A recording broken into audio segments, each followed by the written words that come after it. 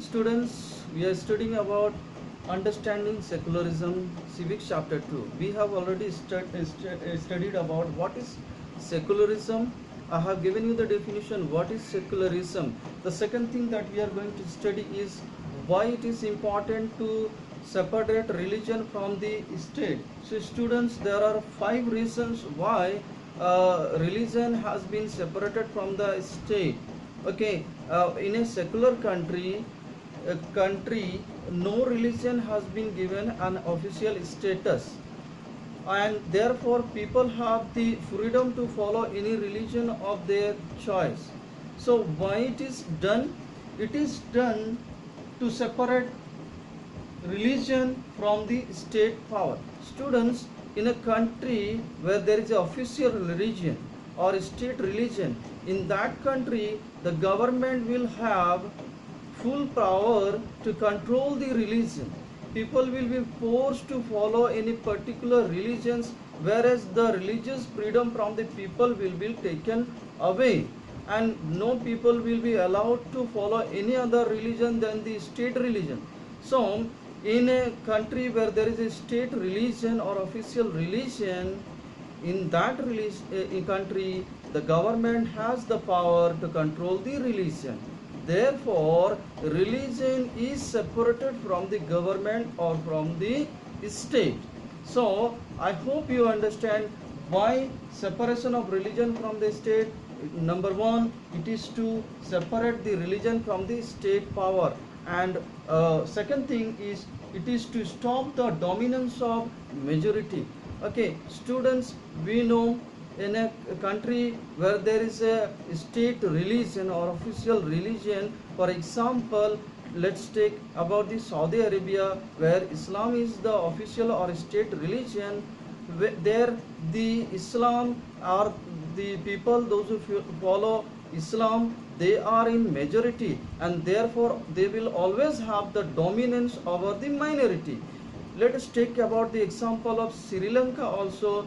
The Sri Lanka has the official religion Buddhism, and those who follow Buddhism, they are called the Sinhalese people, and therefore they have always the dominance on the majority. Therefore Sinhala people or the Buddhism religion, they have the dominance on the Tamil people, those who live in Sri Lanka, and they are the minority. So students, why religion is separated from the state? It is to stop the dominance of majority, so that no majority community, no majority religion may dominance on the other minorities.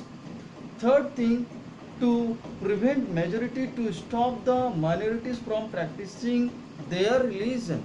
Students, whenever a country have an official religion, as I told you, this majority community, they will always try to stop the minorities to follow their own religion. Again we are coming to the case of Saudi Arabia, when Islam is the majority religion, and therefore they will always try to stop the minorities living in Saudi Arabia to follow their any other religion. They will always have the force to follow their own religion, that is Islam, and none other than the Islam.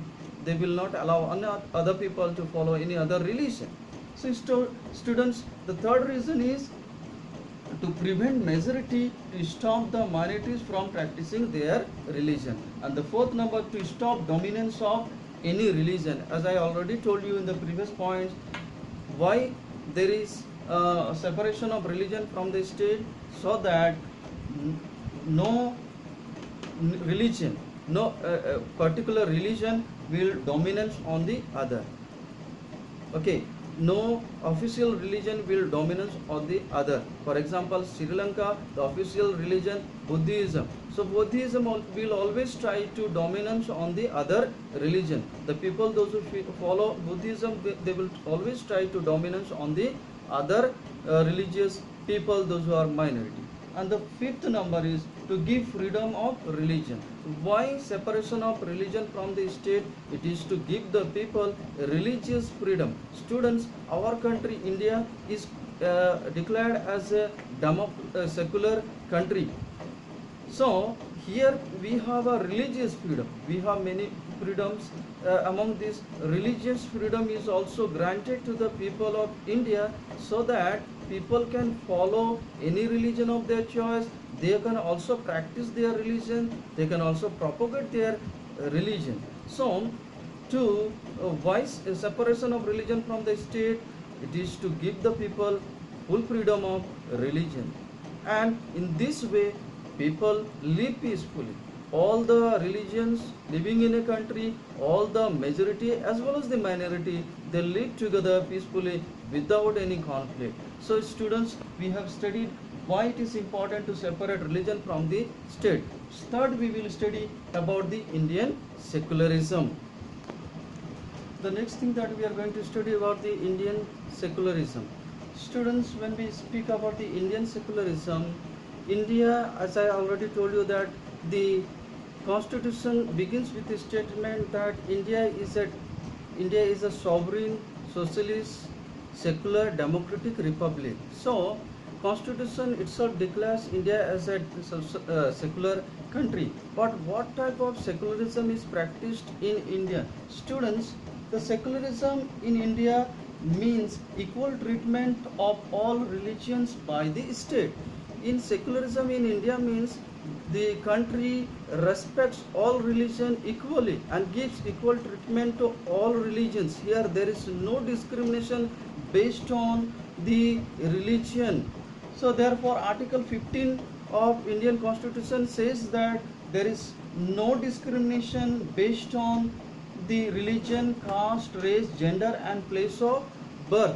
There will not be any discriminations between the people on the basis of the religion, that the constitution speaks clearly. Therefore students, that is the secularism of India. But students, there are some difference between the Indian secularism and the secularism of other countries. When we speak about the other countries, there are some of the countries, they have strict secularism. They follow the strict secularism, and there is strict separation between the state and religion. The government is totally separated from the religion, or the state is totally separated from the religion. But when we speak about India, the secularism that is practiced in India, that is quite different from other countries. Students, why do I say it? Because though constitution says that India is a secular country and there is no state religion of India, there is no official religion of India. Therefore, the government has nothing to do with the religions, or government cannot control the any religions, but give equal treatment to all religions. But still there is some constitutional provision. Constitution allows the government, allows the country to interfere in some of the matter of the religion. For example, when we speak about some of the bad practices, the evil practices which were prevalent in the Indian society, which were based on the religion, those practices were stopped by the Indian government. So therefore constitution gives provision, gives a right to the government to interfere in some of the matters of the religion as per the need. And the best example, as I told you, that the evil practices of the religion, like sati pratha, so those things are stopped by the government. And also, though there is a secularism, people are free to follow any religion of their choice, but still there are some exception. Constitution says that no religious people can force other people to follow their religion, and no conversion by the force. So these are the things that speaks about that the Indian Constitution speaks. And government has been given the power or right to look after these matters of religion. But altogether, India is a democratic, secular country, and there is no state religions, and people have the freedom to follow any religion of their choice. So students, I hope you understood the class. We have studied in short about the secularism. So once again, I would like to revise the things that we have studied in this chapter. The first things we have studied, what is secularism, and I told you secularism is the separation of religion from the state. A country where there is no state religion or no official religion, such country is called as the secular country. And the second things we have studied about why secularism is needed, and I have given you a reason for the secularism, why secularism is needed. And then also we have studied about the why religion has been separated from the state, why there is the religion has been separated from the state or from the government. That also I have given you the reasons. And finally we have studied about the Indian secularism. And that's all for this chapter. I hope you understood the civics chapter to understanding secularism. So that's all for today. Thank you.